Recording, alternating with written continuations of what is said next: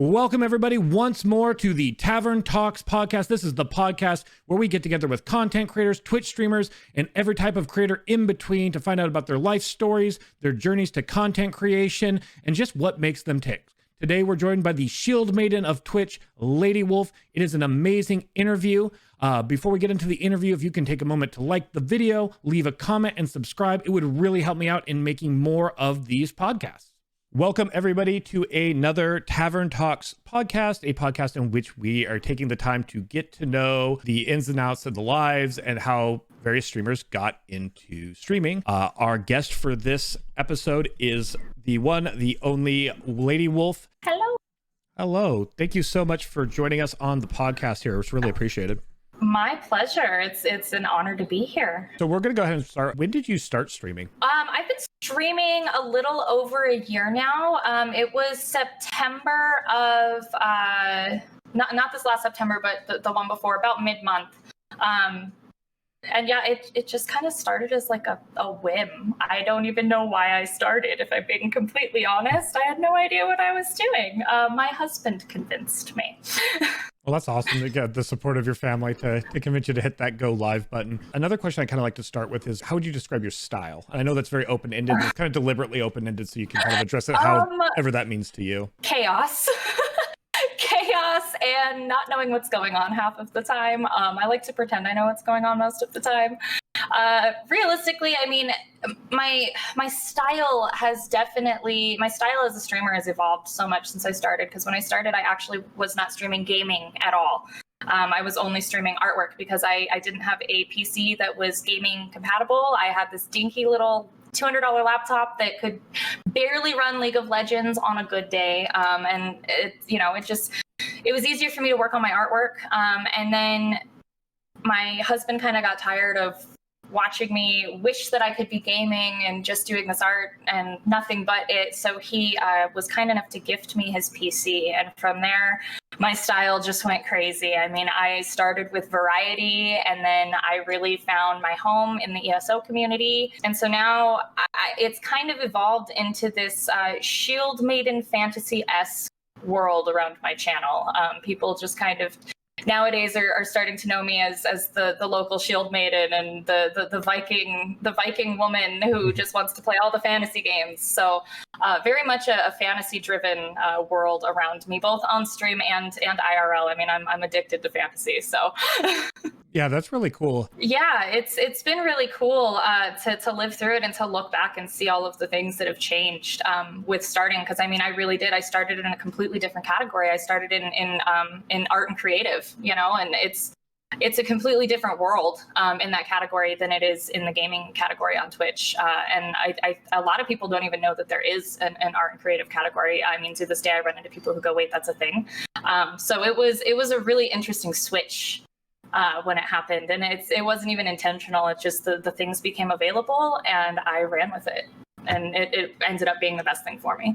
What are, like, when you were starting out, what were some of your goals, and what are your goals looking like now? So when I first started out, I didn't even know what I was doing or why I was doing it. I didn't even understand Twitch. I had a Twitch account for a whole 2 weeks before I started streaming. My husband was really, really involved in Twitch. He streamed occasionally for a hobby, and he spent, all day, every day. He always had someone's stream pulled up on his PC, just hanging out, watching, earning channel points, whatever. And so he kind of just pushed me into it and was like, "You should totally do this. You're sitting here doing this stuff all day anyways." And so I was just making a point to do it. Really just doing it was my very first goal. And I didn't have any goals really until I started streaming gaming, and then when I realized that there was a little bit of success for me personally in the ESO community, with the Elder Scrolls as a whole series being one of my all-time favorites, I just kind of found my home there. I have goals of expanding my variety categories and kind of stepping not away from ESO, but just expanding outside of ESO as well. I have goals to hopefully apply for the ESO stream team here soon. So many different things, growing our Discord community. I mean, things I never thought that I'd be sitting here like writing down as goals for myself, basically. And kind of speaking of growth, so how have you kind of dealt with it as you've grown from like streaming to only a few people to streaming to to a lot more people and just having a lot more people interacting with you in Discord and things? It was almost too much to handle. When I first started really noticing the growth, I had gone from maybe 3, if I was super, super lucky on an art stream, 5 people, to 20 to 30 people. And that right there was so big that I was like shaking. When I would get more than 10 people in my chat, I would start shaking and get like, I mean, kind of like I am now, like noticeably nervous. And I didn't know how to react to it. When Discord first started taking off, I felt bad. I felt like I was missing people. Like it's hard when you're to go from no interaction in chat, no interaction in Discord to all of a sudden there's people talking and you have to be truly multitasking. I mean, it's a big jump. It really throws that extra multitask factor in there, having to keep up with chat. And, you know, with me personally and the anxious person that I am, it makes me feel bad if I miss someone's message. I don't want you to think I'm ignoring you, you know, all the things. So it was overwhelming, but I mean, in a good way. I was really excited for it. It made me really happy to see that these amazing individuals were all kind of finding their own little place in my little safe space that I created. So it was a really proud feeling. And over time, you get a little bit more used to it.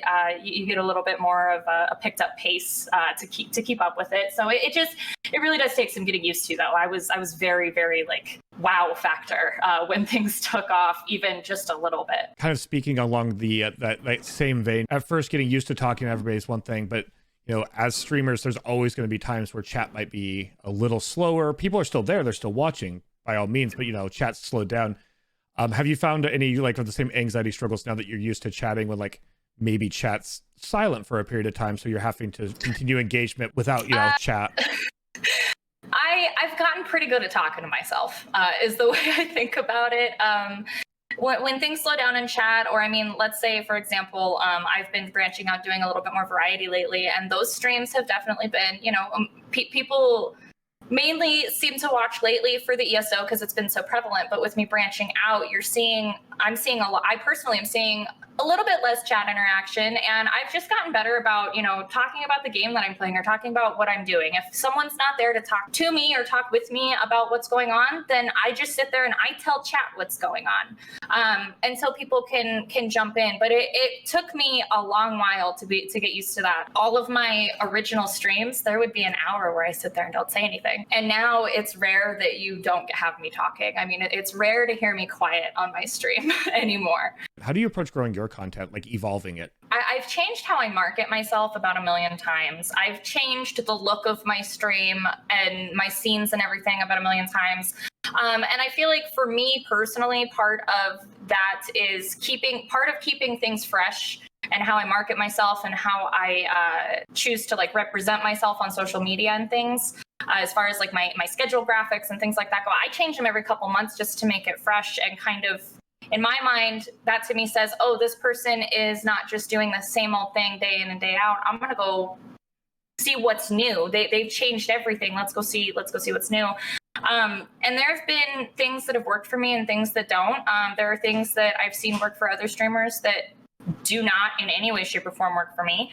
And it really is just a matter of trial and error and finding what works for you for getting that growth, what works for you for retaining viewers or gaining new viewers and new followers. A lot of it depends on, I feel like, the streamer individually too, because what one person might really, really enjoy, like I personally tend to be a bit animated. I'm really loud.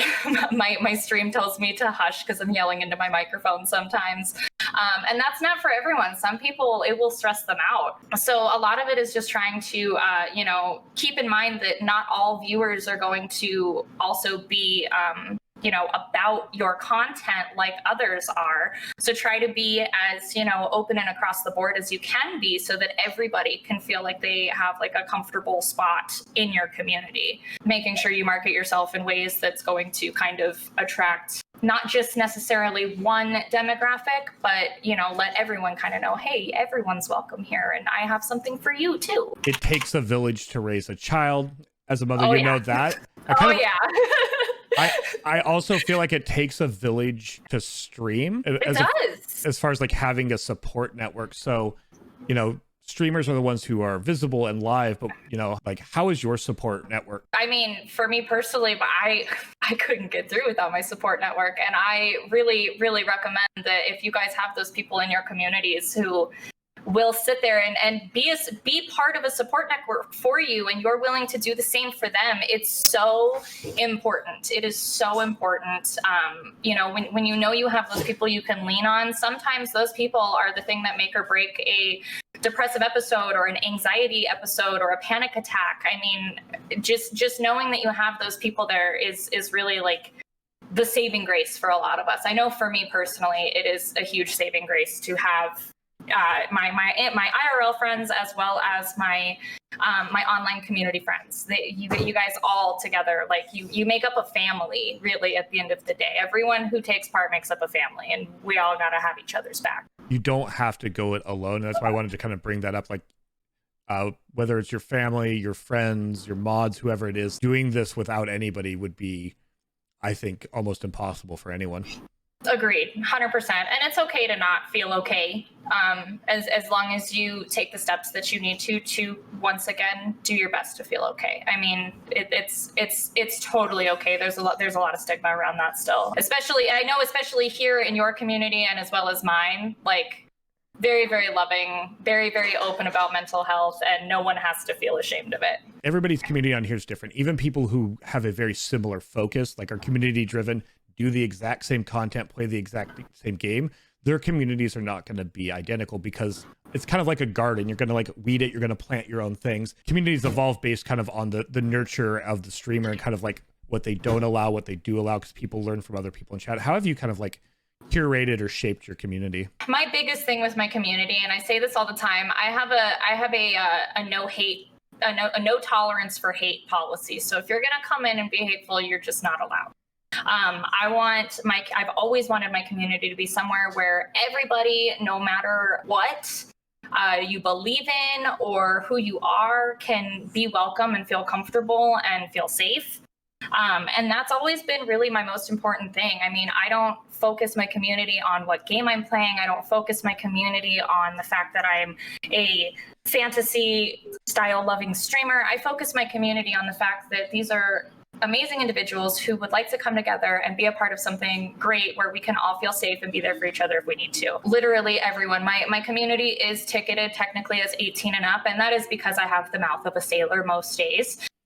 And sometimes the talks get a little deep, which on other channels, some people may not be okay with. So, and there are people that I'll read into, 18 and up for completely different reasons. And, it's just a matter of finding those right people to interact with and making sure that you're not going to raid your community into someone who's doing something that for a fact will make your community uncomfortable. Making sure that your community is comfortable in everything that you're doing is, for me, very important, because I don't want anybody to feel like they're not safe or like they're being made fun of or singled out or anything like that when hanging out in our Discord or in my chat. It's not okay with me. And I think that a lot of that is the mom mentality in me, but I mean, I take care of everyone.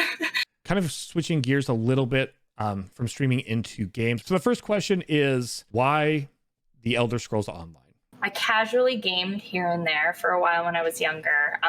And by casually gamed, I mean I had an Xbox 360. The internet connectivity was broken on it. I had a single controller and I owned 3 games. So I played Skyrim for like 6 years solid. That's like and Oblivion, because that was one of the other games I had.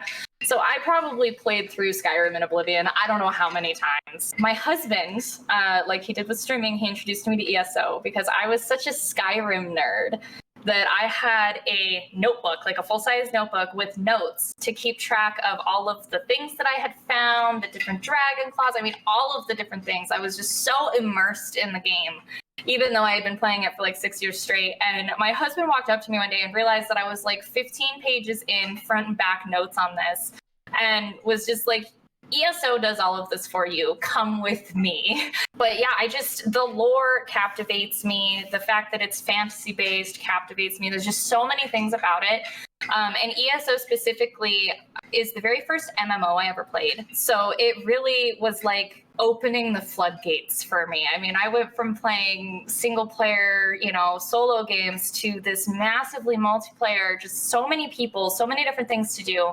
And I was overwhelmed at first. But it was the only other game other than Skyrim that ever really captivated me to the point where anytime I wanted to sit down and play a video game, that's what I wanted to play. And that hasn't really gone away. I mean, I go through these little phases where I kind of, I go so hard, and while I'm in between events or in between expansions, I kind of take a break and play some other things. But at the end of the day, ESO is always like the game at the back of my mind. It's, I need to get on and sell stuff to the merchant today, or I need to get on and do my dailies today at the very least. It's top of my priority list. And it's just because it's made me so happy. It opened up a whole new world of gaming to me. Since then, I've tried a few other MMOs and liked them, but ESO has still been my favorite, specifically because of the lore. I am such a lore nerd. I love the lore of the Dark Elves and of the Nords, obviously. Shieldmaiden persona. So I mean, it hits me right in my little Nordic heart, basically. Everybody, or almost everybody, seems to use the hashtag ESOFam, and I know it means different things. Honestly, I've gotten a different answer every time I've asked it, so I'm just going to ask it. It's deliberately vague. What does hashtag ESOFam mean to you? Oh, for me, I mean, it's my calling. It's my way of, when you see me tweet out that hashtag, it's my way of saying, like, let's get in here and hang out. I want the hangs. I want the talks. Like, it's rally time. To me, it's me. I said this previously, but my community, a lot of them really feel like we're like a little family. We really are. I mean, from the people who talk all the time to the people who just lurk in the chat, like everyone makes it up. From the lurkers to the people who talk all the time. I mean, you all make up this community, and everybody is included in that ESO fam hashtag for me. The people who show up all the time, the people who are there, the people who are showing their support, whether it's lurking, talking, gifting things, bits, I mean, whatever. You guys who come in and who keep me hyped up and who keep me going and keep me inspired, you guys are my ESO fam. The people that I look forward to seeing, whether it's them actually talking in chat or I just see that they're a viewer in chat, you all fall into that category. Yeah, kind of speaking about other games, you're adding in some variety. You're switching to variety. Is that something that's like pretty easy for you to make that jump, or is there a lot of like fear and apprehension about switching what you're doing or adding in maybe more content from Valheim and less from ESO? A new addiction, yes. Valheim is very much a part of my life right now. Valheim is a Viking survival game, so knowing me and who I am, obviously I'm pumped about that. Variety does scare me though. I've tried it a few times in the past after really finding my home in the ESO world. And I mean, there was a point where I went to go replay The Witcher on stream, and I went from getting about 40 to 50 people per stream to 7. And it was a plummet, and as someone who tries not to 100% focus on the numbers, I really try to hold my fun levels and what we're doing and the interactions above the numbers. But seeing that big of a decrease scared me, so I backed off from variety. And for a while, I had found a good niche where I was able to do some Dead by Daylight on top of ESO. It wasn't as popular as ESO, but it did okay there for a while until I got burnt out on it. And it's pretty normal for me around this time of year, in between the really big expansions. I go so hard in those events during ESO that I do kind of burn myself out. And it's nothing against ESO, it's just normal. I feel like if you don't get a little bored of what you're doing when you're doing the same thing all the time, then I almost commend you. I have such a multi-track mind. I have to have multiple outlets. So I have recently added Valheim as my main variety game to the streams. And lately I've actually been streaming a little bit more Valheim than I have ESO. And numbers have been low. It's been a little more quiet, but I'm happy. So I'm okay with it because I'm not continuing to dig further into the burnout and forcing myself to do ESO because I feel like I should. I know a lot of people are there to watch me stream ESO. But there's also a lot of people who are willing to stick around and hang out when I'm playing other games. Frankly, I'm to a point where I don't want to get stuck in just one realm. I do enjoy variety, so I am going to keep variety there. And I've kind of just decided to be open about it and say, this is how things are going to be. ESO is not going anywhere. ever. It just might not be as spotlight as it has been in the past for a little while is all. I think I'm just going to say, screw it. I'm gonna go for it. I'm gonna put the risk out there, and I'm going to put Valheim on my schedule more than ESO right now. And I also try to do, a makeup stream here and there as an ex-professional makeup artist. It's something that I still find fun. I've done a cooking stream, which I plan on doing again later this month. It's definitely scary to step out there, but I was reaching a point where I didn't want to stay live for even my normal scheduled hours. I only stream 4 to 5 hours a day for my scheduled time, more if I can. And I was having a hard time making it to 3 hours. And I stopped and I thought, and I'm like, this isn't healthy. This isn't healthy for me. This isn't healthy for my community.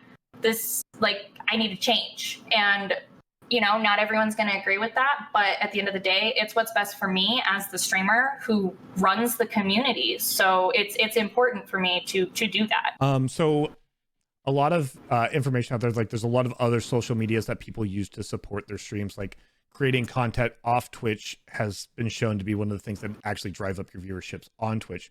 Are you currently only streaming, or are you creating content for like TikTok, YouTube, or places like that? Currently, I am only streaming. I would like for that to change very much. I've been talking for almost a year now about starting a YouTube channel. And this might be a self-sabotage thing in my own brain, but I've been telling myself that I don't have the time for it and I don't have the video editing skills for it. I know that's kind of self-defeating, which is totally opposite of what I try to be, but I know I've mentioned the mom thing a few times. I am a full-time stay-at-home mother of my kids while doing the full-time streaming thing. So trying to add YouTube content creation in there, honestly, right now at this point stresses me out. I think the best game plan that I have right now is my son will be 2 in May. He's still very little, very toddler, very hard to deal with when I'm streaming sometimes. So I'm hoping as he gets a little bit older, YouTube will be able to unfold. But yeah, YouTube is something that is definitely on my goals list. It's up on the top of the list. It's just a matter of having the time and energy. And I have been trying to study a little bit of video editing when and where I can. But the mom life takes a little bit too much prevalence right now for me to feel comfortable taking that step right away. How do you juggle the challenge of being a stay-at-home mom with streaming, because you are doing one job you can never turn off, being a mom, and doing a second job you can kind of never turn off in being a streamer? Hence my mess in the background. I have no idea, if I'm being completely honest. It's something that, so when I started streaming, my daughter wasn't in school yet. My daughter just turned 7 yesterday, actually. And my son is about 1.5. And so when I first started streaming, I had just had my son. He was maybe 2 months old. It was real easy at the time because he was at that age where you feed him, you put him down to sleep, he sleeps for a few hours, you feed him, you put him to sleep, and then when he's asleep for the night, I got lucky and he was asleep for the night.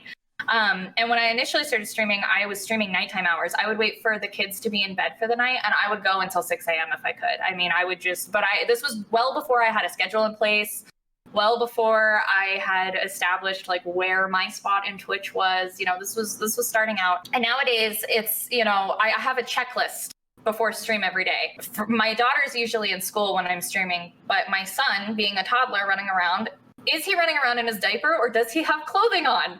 Has he been changed? Does he have snacks ready for while I'm streaming?